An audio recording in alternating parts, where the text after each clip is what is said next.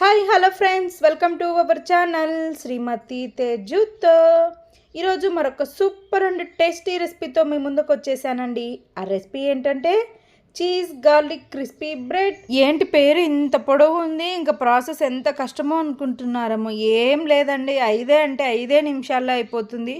ముందుగా తొక్క తీసి పెట్టుకున్న 5-6 వెల్లుల్లి రెబ్బలు తీసుకొని ఇలా వీడియోలో నేను చూపించిన విధంగా ఎంత వీలైతే అంత చిన్న చిన్న ముక్కలుగా కట్ చేసుకొని పక్కన పెట్టుకోవాలి.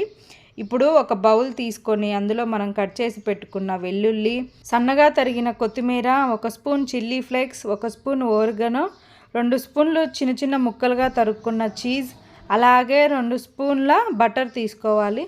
ఇక్కడ నేను అమూల్ బటర్ యూస్ చేశాను.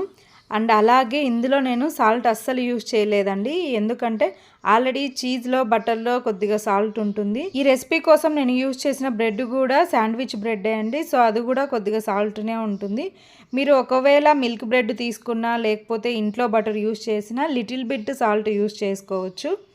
ఇప్పుడు ఇవన్నీ బాగా కలిపేసుకున్న తర్వాత ఒక బ్రెడ్ తీసుకొని బ్రెడ్ మీద ఇదంతా రాసేసుకొని చిన్న ముక్కలుగా తరిగి పెట్టుకున్న గ్రీన్ క్యాప్సికము, అలాగే రెడ్ క్యాప్సికము, అలాగే కొద్దిగా చీజ్ కూడా వేసుకొని పక్కన పెట్టుకోవాలి. ఇలాగే మొత్తం అన్నిటికీ రెడీ చేసుకున్న తర్వాత వాటి మీద చివర్లో లైట్గా చిల్లీ ఫ్లేక్స్ని చల్లుకోవాలి. ఇప్పుడు స్టవ్ మీద ప్యాన్ పెట్టి అందులో కొద్దిగా బటర్ వేసుకొని బటర్ కరిగిపోయిన తర్వాత మనం ముందుగా రెడీ చేసి పెట్టుకున్న బ్రెడ్ స్లైసెస్ని ఇందులో ఉంచి మూత పెట్టేసి మంటని లో ఫ్లేమ్లో పెట్టి 1 నిమిషం పాటు అలాగే ఉంచేయాలి. మంటను హై ఫ్లేమ్లో ఉంచినా లేకపోతే బ్రెడ్ను అలాగే వదిలేసినా వెనక సైడు బ్రెడ్ మాడిపోతుందండి.